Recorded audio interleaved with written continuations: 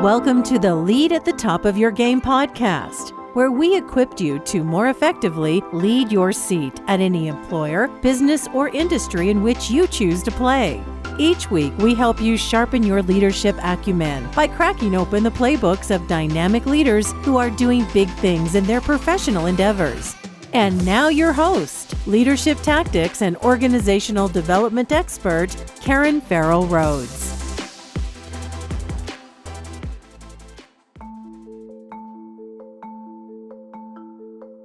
Hey there, superstars. Thanks for joining another episode designed to help you better lead at the top of your game. Don't you just love collaborating and sharing ideas with others who are as smart as, or even smarter than you yourself? If so, then you may be interested in the concept of a peer network. The insightful and dynamic experience of peer networks makes them a sought-after development and strategic support option for all levels and types of leaders. We even have a few peer networks that we sponsor here at SDL, but it should come to no surprise that CEO-level peer networks are in high demand due to the high-stakes nature of being a CEO and needing to surface and solve complex challenges that hold the fate of employees, the business, and customers in the palm of their hands.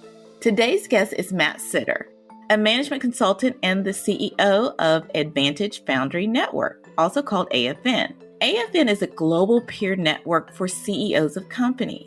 And Matt's going to help us better understand what peer networks are, the value they create, and how to join one yourself if you're in the market.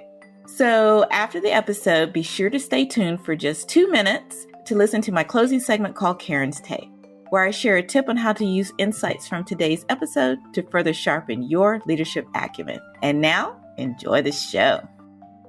Hey there, superstars. This is Karen, and welcome to another episode of the Lead at the Top of Your Game podcast. I'm so pleased to have both colleagues new and seasoned with us and tenured with us. Hopefully you've been following the podcast, and if you haven't and you've stumbled across us, please feel free to enjoy this episode and then subscribe so that you don't miss another one of these. They always have great tidbits about leadership and leadership execution, and no two episodes are ever the same. But today, on today's show, I'm really pleased to have a guest who is intimately involved in a lot of CEO level conversations and especially around leadership strategies or quagmires that they're facing. And we have on today's show, Matt Sitter. Matt is a management consultant and an executive coach, but he is also the CEO of Advantage Foundry Network, which is affectionately known as AFN for short. It is a global peer network for CEOs. And he is going to share a little bit about both his company and what are some of the trends that, CEOs are facing right now that are really keeping them up at night. So welcome to the podcast, Matt. Thanks, Karen. Good to be here. Oh, so happy to have you. So Matt, I'd love to start it off by helping the audience know a little bit more about you. So as much as you feel comfortable, would you share just a sneak peek into your personal life and some of the things you love to do? Well, one of the things that I love to do, probably the thing that helps me reset more than anything else, is I play water polo. I grew up playing water polo. And, as a high school and college athlete, did it. I am not a big guy. I'm about 5'8". And so I had to be quick. And now that I'm a little bit older, I am no longer quite as quick. So I have to rely on a little bit of savvy. But, the thing that is great for me is I can't think about anything else when I'm doing it. I'm totally engaged. So it's a great way to do that and to get some exercise.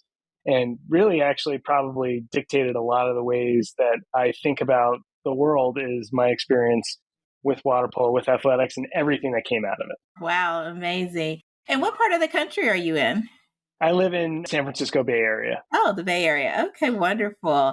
Well, my listeners know I'm based out of Atlanta, so we're doing the East Coast, West Coast thing, right, on the podcast. But I know water polo is very popular on the West Coast, so I do understand that love and desire.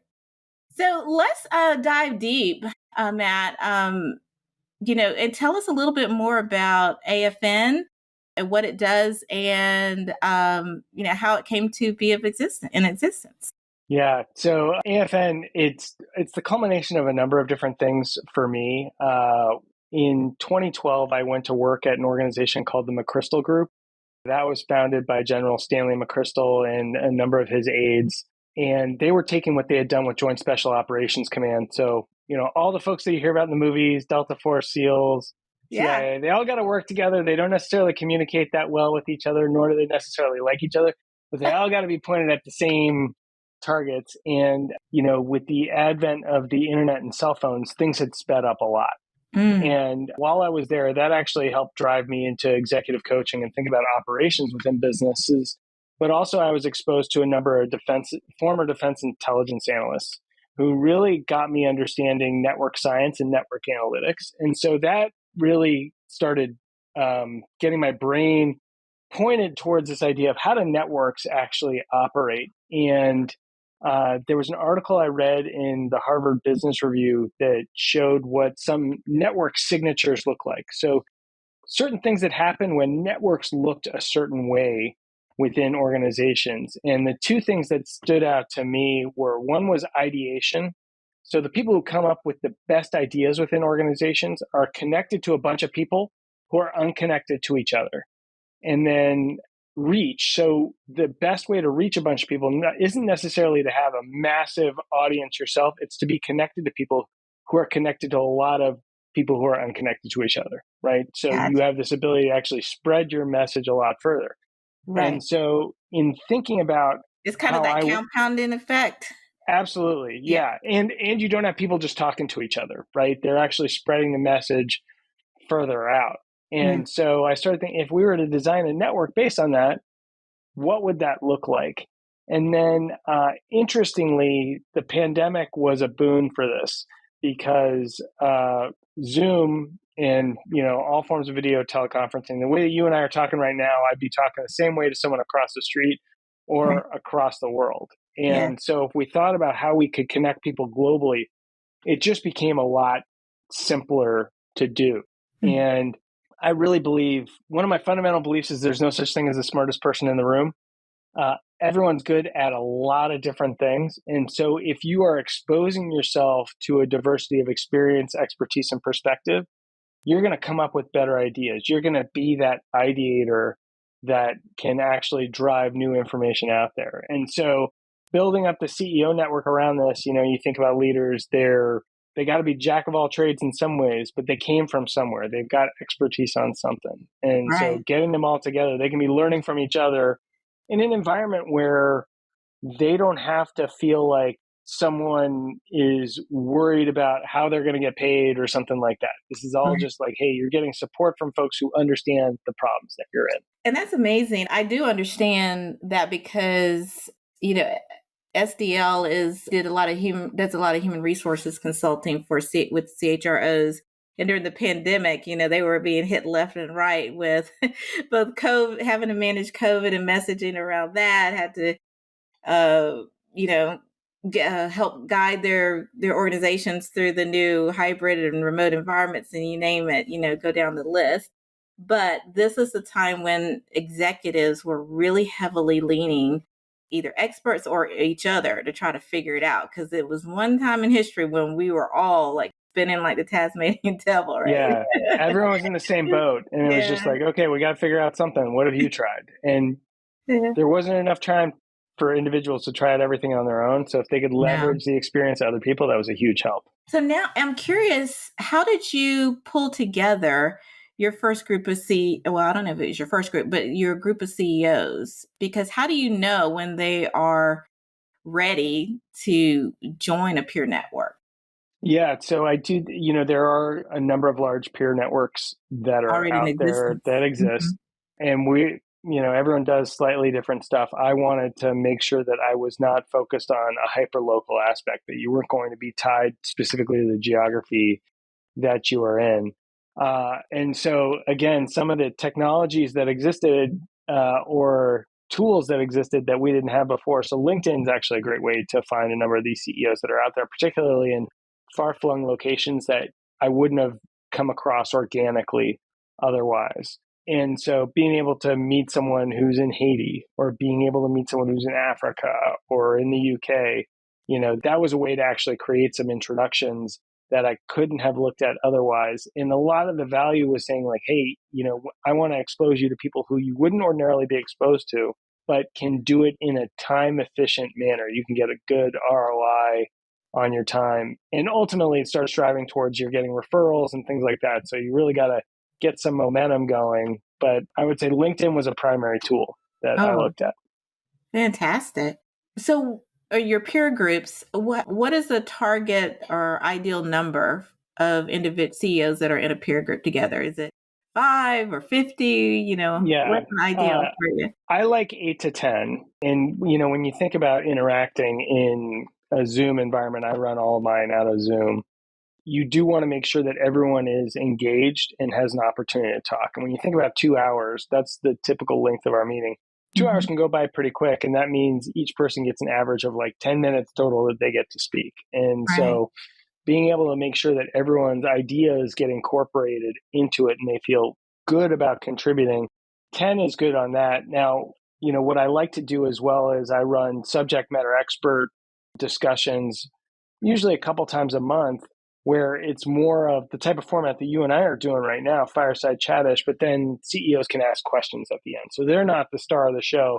They're there to just take in information from it. Whereas the environment that I'm trying to create in our peer groups is they're actually actively discussing things together. Oh, wonderful. And are these CEOs from smaller size firms or enterprise level or anything in between? So, I'll answer your question from a sideways manner. So I think that the two characteristics that are really important for our CEOs are that they don't feel like they're the smartest person in the room. They know they've got something to learn and that they want to scale their business. So typically we don't look at folks who are mom and pop shops and want to stay that way. The revenue size that we've got more often than not is from a couple $1 million to hundreds of millions. I would say we don't get into when companies have billions of dollars in revenue. And, but the challenges that you can find or the solutions that you find from people of all sorts of different businesses are interesting. And also when you think about how just employee sets are changing, people are relying on contractors, gig workers, part-time workers more. And so the number of employees that you have is no longer a good indication of how big you are or how big you can be. That is true. That is spot on. And that's seeing that as well. And I think that's what, a lot of companies such as, mine are supporting that when they do need some, consulting or contract or interim help. And there's a huge need because the way the workforce looks now is nothing how it was 5 years ago or even almost 3 years ago, Right. It changes so dramatically.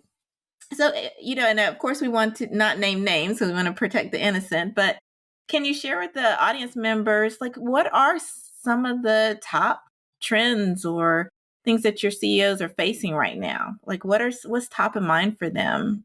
Well, some of one of the easy ones, which, in the beginning of the pandemic, we were talking about, all right, how are you handling working from home? Right. Now that we are past the pandemic, it's like, all right, what should the policy actually be when health and safety is not the only concern that you're thinking about where someone's work environment happens? So how are you making sure that people can get the right sort of interaction that they've got to optimize what you're trying to have happen within the organization? Topics that we talk about have a huge range, though. So as an example, compensation is a really interesting one where there's all sorts of different theories of compensation. Everyone's doing it a little bit differently. How should you actually be using equity compensation? How should you be setting what a base salary is? One person who's, an influence to me, he was talking about how he only hires people in the 75th percentile. Wow. And doesn't pay them any bonuses or anything like that, but is reviewing that on a 6-month basis so that they're always paid at the 75th percentile. Removes all the negotiation that you want to look at and removes the need to actually, if someone comes to you and say, hey, I can get paid something somewhere else a lot more, and they're like, hey, thank you, great, be on your way. But also it removes compensation from the development discussion. So it's, if you're having the annual review with someone, they're waiting to find out what their raise is going to look like. Instead, this actually can focus on how can you get better and achieve what you want. If that's a promotion, that's another way to get paid more. No, that makes a lot of sense. I can actually understand the advantage of the company doing that. I know one of the things I'm seeing on the people side is that companies are taking a second look at their benefits packages because, during the pandemic, when it was the wild, it still kind of is, but when it was the wild, wild west in the market, it was hard to find people for jobs. A lot of companies start offering everything under the sun, to try to entice and attract talent. And it was very pricey for a lot of organizations. Sure. And now, not that they want to reel it all the way back in, but they want to prioritize what is best or what is most desired by their employees and de-invest in things that people aren't quite using as frequently. Have you heard any topics, or have you all noticed any topics where they're trying to really understand the employee value proposition for their companies? So absolutely. And I think one of the things that's interesting, there's a couple of things that happened during the pandemic. One was you also had inflation that was kicking off. And I would say this is more the case in like the last year or so. Some of our CEOs actually looked at just giving a one-time dollar amount to their employees instead of actually giving them a raise, because it was unclear how persistent inflation was going to be. And if you were increasing your costs overall, it was going to be difficult to dial back against that. I would say also, as we're thinking about what really matters to employees, there's all sorts of things that matter to different people. So in some cases, it's flexibility. In some cases, it's income. In some cases, it's, the health insurance that you've got. Some of our CEOs have emphasized that they actually, when they want to reward people, they do it with experiences instead of just straight dollar amounts. So one of our CEOs, he's in the UK, he'll do a dinner to reward people a couple times a year, and it'll be for them and whoever they choose as their guest at a $1,000 a plate restaurant, right? Nice. So this is an experience that people are not going to spend money on otherwise, right? They'll choose all sorts of different ways that they want to do it, but you guarantee they're going to remember it. That's right. This is something that they are, someone will say like, oh, I remember I got a bonus once. They're not going to remember the dollar value. They're probably not going to remember what they spent the money on, but they will remember that experience. And one of our folks, a different person than who is the one that I just mentioned, she also focuses on experiences, but they have what they call, I think they call it a dream bubble. And so people can put in the beginning of the year, they're like, hey, if I am deserving of some sort of reward, here's the type of thing that I would want to get, right? And so that actually can be hyper personalized towards the person and something they would never ever want to buy for themselves, but if they got it, they would be over the moon. Oh, absolutely. Yeah. Absolutely. So I stole a different version of that back when I was in corporate. My last big gig was at Microsoft, as my listeners know, but I did the same thing. But I would ask those that I worked with, if they had their nirvana of an employee reward, what would that be? And so definitely kept those and tried to reward them another way they'd like, or I would listen and pay attention to meetings where they would talk about an activity that they loved with them and their family or somewhere they went and made notes. So it's, it's those little things like that that we as leaders have to listen for.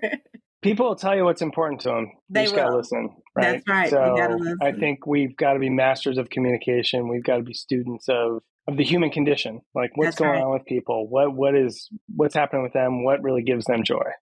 Absolutely. And even chatterboxes like me can learn how to click on those active listening skills to make sure, things are, you're really paying attention to folks.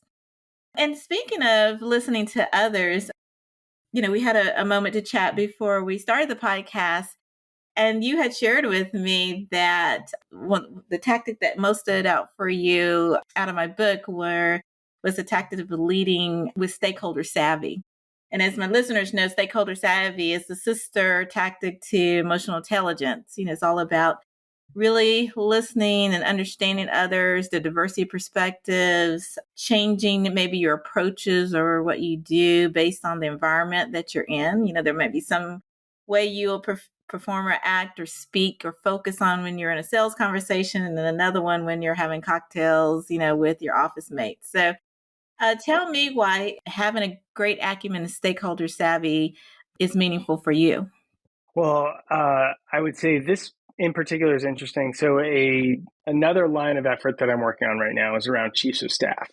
And so chiefs of staff, pretty interesting position, was mostly, I would say, military and government related, and has found its way into the private sector a lot more, but is often not so tightly defined. So these people, like, the expectation is they're working for the CEO or some major person within the business, and they say, hey, just make things better for me, right? And so I have been hosting, along with a couple of friends, what we call chief of staff office hours on Fridays, where we get chiefs of staff together and we can talk about, hey, what should you be doing within your job? And when you don't have a lot of direction on exactly what you should be doing, what should happen around it? And one of the identities that we've outlined is this idea of being the chief network officer. So the chief of staff understanding what tribes occur within a business, right? So you've got these different groups that associate with each other, that feel some sort of belonging to each other. Maybe it's finance versus sales, something like that. What alliances and rivalries do they have? So as chief network officer, you've got to have the savvy to understand that. But also, like we were talking about before, if you're really listening to folks and understanding what they want and what gives them some juice, what gets them excited, that can help you moderate how you are having discussions with them. And the chief of staff, a lot of times their job is to help people connect the dots. That's right. And so if you're doing a better job connecting the dots, speaking the language that is relevant to the person and that those things that appeal to them the most, you're going to be able to go a lot further. That's right. And we always talk about in our workshops, by having a high degree of an acumen in that area, that it, in essence, earns you the right to be heard by those you're trying to target, right? And once you do that, then you can, kind of take it to the next level from there. But you got to first get that buy-in of interest. So I think we're talking on the same wavelength. I agree 100%. Yeah. So Matt, as the leader of your firm, what does it take for you to lead at the top of your game? I would say I'm fortunate, and a lot of the things that I get to do are things that just appeal to me. Like, I am intellectually curious, right? I want to understand what's going on in other people's heads. I don't have any illusions that I'm the smartest person in the room. I like to hear what the really smart people have to say in their areas. And I get to be someone who pulls in that information and distributes it. I think that, always thinking about what the priorities are within the business, that's the hard things. What are those things that you have to do versus those things that you want to do? And making sure that those things are getting taken care of. The things that you feel like you have to do but don't want to do, you'll avoid them. So how do you make sure that you're actually working around those? And I would say the thing that gets me really excited is just being able to introduce people together who they would not have connected otherwise, and something great happens between them. And that's something I get to do all the time. So that's pretty exciting. That is amazing. Well, what is one thing that is going on at AFN that you're very excited for, like in the next, 6 to 12 months? What's on the horizon for you all? I would say there's always something exciting going on. So there's always new challenges that pop up. And I think that that's always interesting. We have, like I said, we've got subject matter experts that we pull in all the time that are helping us learn more about things. One of the things I'm looking at incorporating into AFN, it's called the Leadership Network Diagnostic. And that actually helps people evaluate what their smaller networks look like. And are they sufficiently open? Are they deep? Are they diverse? Are they those things that are going to help you in your career? And so being able to take some of these tools that are unusual out there and helping people to reframe how they're looking at the people that are around them that are really important. That is so spot on and so needed. It's not an area that's really discussed in depth. I'll just say in my career experience and in the corporate world, it's not a part of formal training, and less to a lesser extent in smaller mom and pop companies, because they're just trying to stay together and stay viable. So the easy button on assessments that people typically do are things where it's like either your ability or this is what my personality looks like, which those are tremendously valuable, right? But how you actually work with other people, what are the types of people that you're actually pulling in to be your knowledge net? Yeah. that matters a lot. And that is something that people, like you said, don't get formal training on. They kind of figure it out as they go. And it's something that if you've got some concepts in place, you can actually do a better job around it. Yeah, absolutely. Absolutely. So, and I hope this is not a gotcha question. So I might, take some time if you need to think about it. But I want you to think about a leader or a brand that you like or admire. It can be a person, it can be a business, it can be an entity or what have you, but some entity or person business that has, just by the way of their operation, has earned the right of your followership because they are such a leader in their area of specialty. Is there one that pops for you that you would not mind sharing and to Well, tell us I don't know why? if this is 100% the direction that you wanted to That's go, okay. but so, my dad was a tremendous Yeah. inspiration for me. Yeah. He had a business in the technology space. He made cables for the back end networking equipment, right? So the stuff that you get for your internet routers and stuff Wow. like that, he was making cables for that. So he always called it the low tech end of the high tech business. And I like in that. and of itself, I don't know.